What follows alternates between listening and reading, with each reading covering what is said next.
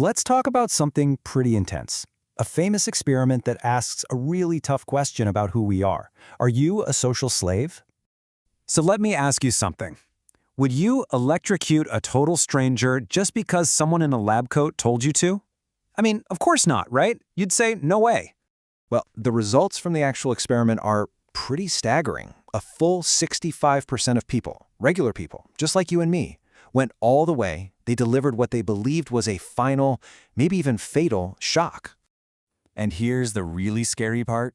Some experts think that in real life, with all the pressure from our jobs or what we see online, that number could be way, way higher, maybe even close to 99%.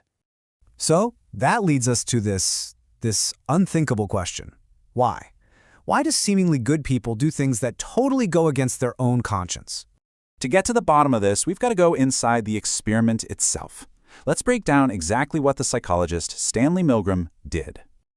Okay, so picture this. It's 1961. We're at Yale University, and Milgram is really trying to understand how the horrors of World War II could have happened.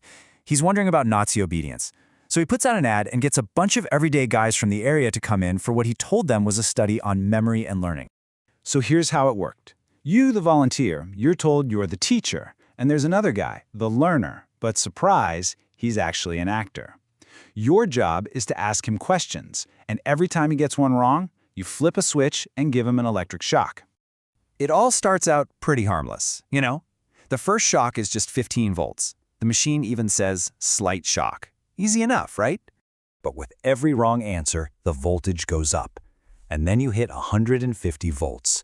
Suddenly, the learner in the other room starts yelling, "Let me out, my heart's bothering me." And right there, that's the first real gut check moment.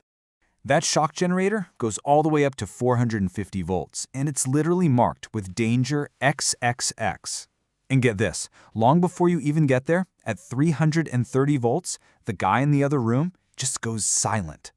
Total, chilling silence. So what happens when the teacher starts to freak out and wants to stop? The experimenter, this guy in a lab coat, just calmly, with zero emotion, says, "The experiment requires that you go on." All right, now let's get to the shocking truth. Because what they found, it's really disturbing. Before he did this, Milgram actually asked a bunch of psychiatrists to guess how many people would go all the way to 450 volts. They predicted maybe 1%, just the absolute fringe. But the actual number? 65%. That just shows you the huge difference between what we think we would do and what we actually do when the pressure is on. And if that 65% isn't wild enough for you, get this, 100%. Literally every single person in the study went up to at least 300 volts. That's the point where the actor was screaming his head off. Nobody stopped before that point. Nobody. Milgram also found something really important. When he changed things up a bit, the results changed too. For example, when the guy in the lab coat gave orders over the phone instead of in person, obedience dropped all the way down to 20%. And when the learner was in the same room, it dropped to 40%. It turns out, the closer we are to the person we're hurting, the harder it is to obey. Okay, so this was all back in the 60s. What does this have to do with you? Well, this is all about obedience in your life, because these same forces are absolutely still at work today, everywhere.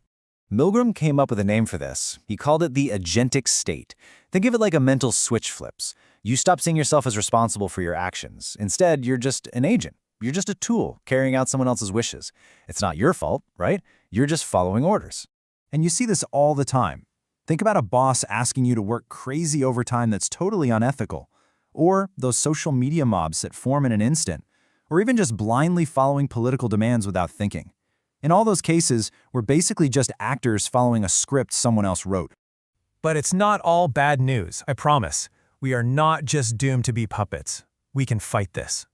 So let's talk about how to break free. Take a guy like John. He's a sales rep, and he knows his company's basically scamming people. He felt trapped, but then he learned about this very experiment and realized he was in that agentic state. And you know what he did? He blew the whistle. He took back control. So how do you do it? It really comes down to 3 steps. First, you just have to recognize the pressure. See it for what it is. Second, you have to know what you stand for. Build up that inner strength, that moral compass. And finally, and this is a big one, surround yourself with other rebels. Find people who also aren't afraid to question things.